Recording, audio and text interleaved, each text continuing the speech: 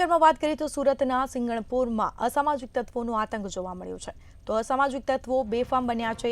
રાત્રે ખુલ્લી તલવાર સાથે ટપોરીઓનો આતંક જોવા મળ્યો।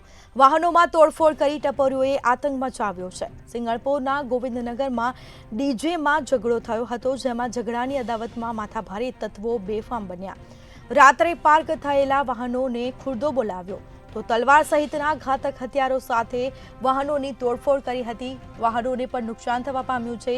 10 જેટલા વાહનોની તોડફોડ કરવામાં આવી તો એક ઈસમને તીક્ષ્ણ ઘા પણ વાગતા તેને ઈજા પહોંચી છે। તો સમગ્ર મામલે પોલીસે તપાસનો દોર શરૂ કર્યો છે।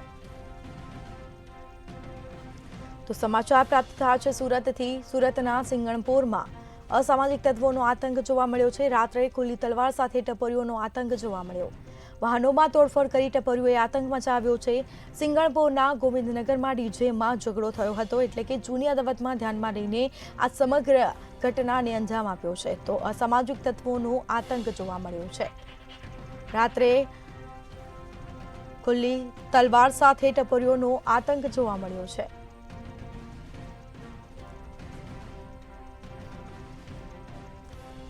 તો ઝઘડાની અદાવતમાં માથાભારે તત્વો બેફામ બન્યા હોય તેવું લાગી રહ્યું છે। સમગ્ર મામલે પોલીસે વધુ તપાસ શરૂ કરી છે।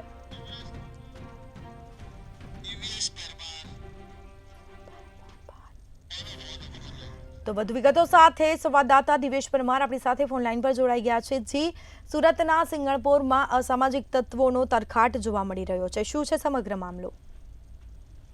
ચોક્કસ જે પ્રકારે સુરત શહેરની વાત કરીએ તો કાયદોની વ્યવસ્થાની સ્થિતિ સપડતી હોય તેવું લાગી રહ્યું છે।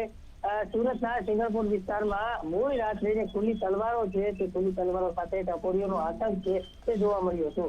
10 જેટલા ઈસમો જે છે તે તલવારો સાથે સોસાયટીમાં ઘૂસી આવ્યા હતા અને વાહનોમાં તોડફોડ કરી હતી। સમગ્ર ઘટનાની વાત કરીએ તો સિંગણપુરના જે ગોવિંદનગર આવેલું છે તે ગોવિંદનગરમાં પ્રસંગમાં ડીજે વગાડવા બાબતે આમને સામને બોલાચાલી થઈ હતી। જે ગ્રુપ વચ્ચે બોલાચાલી થઈ હતી ને તેની અદાવતમાં બહુચરનગરમાં માથાભારે તત્વો જે છે તે આવી ચડ્યા હતા અને 10 જેટલા આ ઈસમોએ આવી અને વાહનોમાં તોડફોડ કરી હતી। મહત્વનું કહી શકાય કે જે પ્રકારે વાહનોમાં તોડફોડ કરાઈ હતી તેને લઈને સ્થાનિકોમાં ભારે ફફડાટ ફેલાયો હતો અને સ્થાનિકો જે છે તે ક્યાંક જે પોતાના બારણા બંધ કરી દીધા હતા અને પોતાના જે વાહનો હતા તે વાહનોને તેમની સામે તોડફોડ કરી હતી। સમગ્ર મામલે પોલીસ ફરિયાદ કરવામાં આવી છે અને પોલીસે તપાસ હાથ ધરી છે।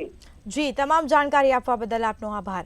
તો સુરતના સિંગણપુરમાં અસામાજિક તત્વોનો આતંક જોવા મળ્યો છે। રાત્રે ખુલ્લી તલવાર સાથે ટપોરીઓનો આતંક જોવા મળ્યો। વાહનોમાં તોડફોડ કરી ટપોરીઓએ આતંક મચાવ્યો છે। અસામાજિક તત્વોનો તરખાટ જોવા મળ્યો છે। તલવાર સહિતના ઘાતક હથિયારો સાથે તોડફોડ કરવામાં આવી હતી, જેમાં એક ઈસમ ઈજાગ્રસ્ત થયો છે। તો સમગ્ર મામલે પોલીસે વધુ તપાસ શરૂ કરી છે। તો સુરતના સિંગણપુરમાં અસામાજિક તત્વોનો તરખાટ જોવા મળ્યો।